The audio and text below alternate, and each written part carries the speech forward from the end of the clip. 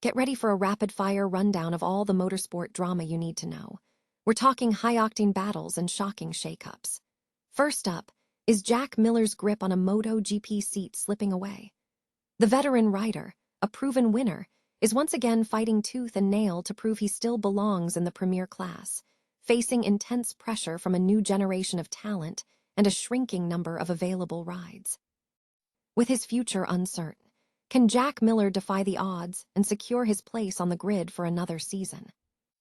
Stop using your finger for notes, sketches, and edits. This Jam Jake stylus pen gives your iPad a smoother, more precise writing feel with palm rejection so your hand can rest naturally on the screen. It charges fast, works for hours, and comes with replacement tips. Perfect for school, work, or creative projects. Check the link in the comments to grab it on Amazon. Then, buckle up as we rewind through some of the most unforgettable wildcard performances in MotoGP history. From stunning victories to shock podiums, these guest riders have left an indelible mark.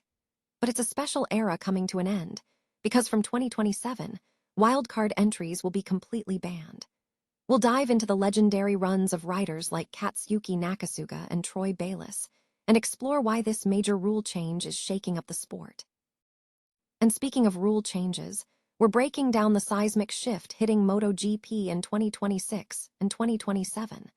Wildcards are being severely limited for 2026 and completely scrapped for 2027, impacting manufacturers and the very fabric of the competition.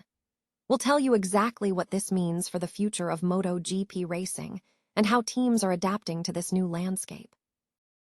Finally, a bombshell development from the world of Formula, one that could ripple into two-wheeled racing. Christian Horner, the mastermind behind Red Bull's F1 dominance, has made a surprising visit to the MotoGP paddock.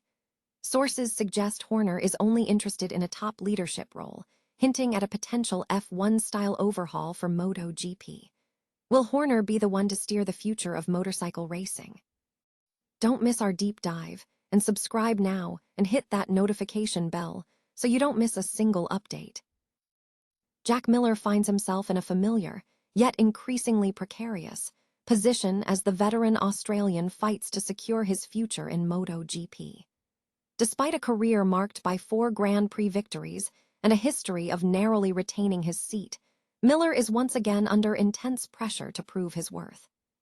This recurring contract uncertainty is compounded by a surge of young talent vying for limited spots on the grid and a challenging performance landscape for his current team, Pramac Yamaha. While Miller has a track record of overcoming contract hurdles, his path in recent seasons has been anything but smooth.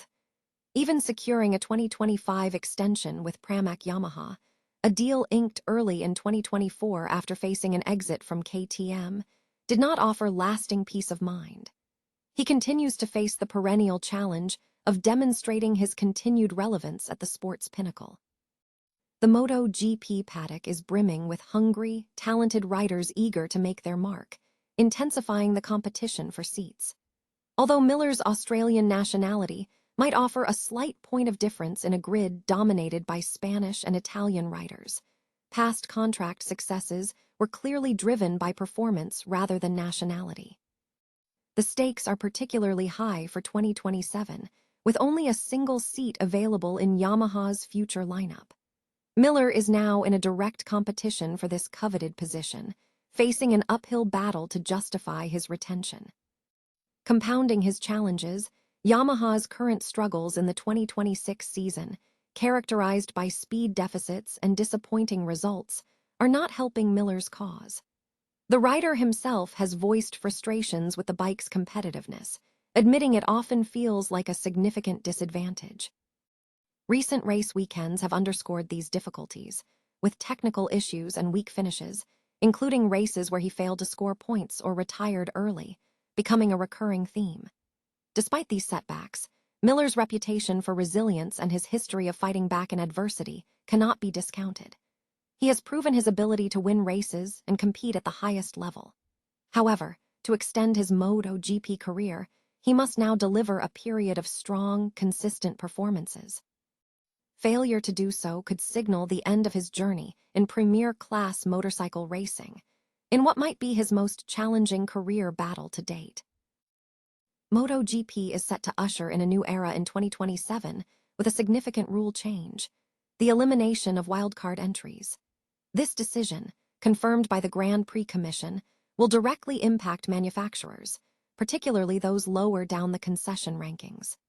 Currently, teams are ranked from A to D based on their points, with lower-ranked teams enjoying fewer restrictions on testing and a greater allowance for wildcard appearances. However, this will all change next season, prompting a look back at some of the most unforgettable wildcard performances in MotoGP history. Among the standout moments, Katsuki Nakasuga's remarkable second-place finish at the 2012 season finale is etched in memory. Riding for Yamaha, Nakasuga, who had only one previous appearance that season, defied expectations by staying out on a damp track with slick tires. Starting from 20th, he navigated the challenging conditions to secure a stunning P2, finishing over 22 seconds ahead of Casey Stoner in his final Grand Prix.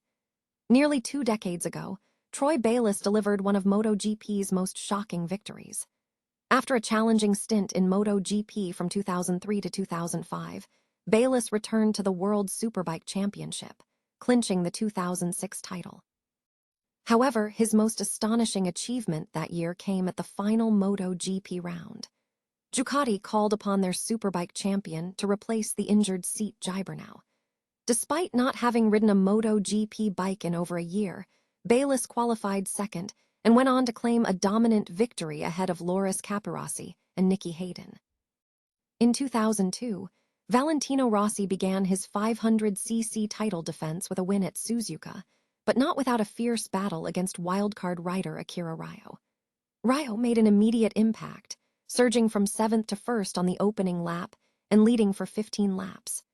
Rossi eventually took the lead on lap 16, but Rayo's persistent challenge kept the race alive until the closing stages. Rossi ultimately prevailed by 1.5 seconds, but Rayo's performance was truly memorable. Dani Pedrosa, a legendary figure in MotoGP and one of the sport's greatest riders never to win a Premier Class title, also boasts an exceptional wildcard record. His podium finish with KTM at the 2024 Jerez Sprint Race followed a strong showing in 2023 with a double P4 at Misano. Pedrosa's third place at Jerez was significantly aided by penalties issued to other riders, including Fabio Quartararo, for low tire pressure.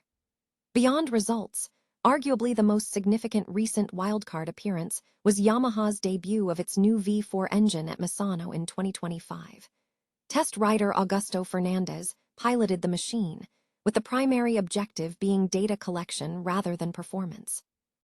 The V4 reappeared as a wildcard in subsequent races, signaling Yamaha's shift from an inline-4 to a V4 power unit.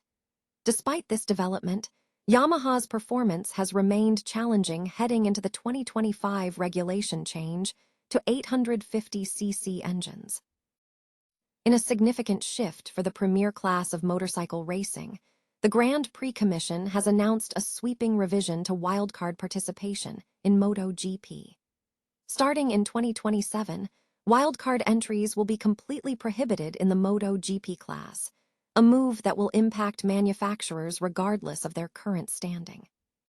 Further tightening these restrictions, 2026 will see a ban on wildcard entries utilizing 850cc machinery, effectively barring any previews of the upcoming Eras bikes from competitive track time this season. These far-reaching decisions, deliberated and approved during meetings spanning March and April 2026, signal a new direction for MotoGP regulations, with some changes effective immediately and others phased in for the 2027 season. Speculation is swirling around Christian Horner and a potential move to MotoGP, but reports indicate the former Red Bull racing chief is only interested if the role involves overseeing the entire sport. Horner's unannounced visit to the MotoGP paddock during the Spanish Grand Prix has fueled these expectations, with growing belief that Liberty Media, the new owners of MotoGP, may seek to integrate Formula One leadership experience into the sport's future. This comes as other F1 figures, like Guenther Steiner, Massimo Rivola, and David Brivio, have already transitioned into prominent roles within MotoGP teams. Italian journalist Roberto Cinchero suggests Horner's ambitions extend beyond managing a single team, potentially positioning him for a top leadership position within MotoGP itself. While Horner was spotted in the Gresini garage, Cinchero believes such a move would only be considered if it placed him in charge of the sport's overall direction. Liberty Media recently rebranded Dorna as MotoGP Sports Entertainment Group, though current CEO Carmelo Ezpeleta remains in place for now. Horner, a powerful figure in F1 for 2 decades, was an employee of Red Bull ownership, and his exact standing relative to motorsport advisor Helmut Marko was never fully clarified. The 52-year-old former Red Bull boss, who has reportedly explored launching his own F1 outfit and has significant investor backing, may see a CEO role in MotoGP as a more influential platform than a team principal position. However, such a broad sport-wide role might sacrifice the week-to-week competitive intensity of the pit wall.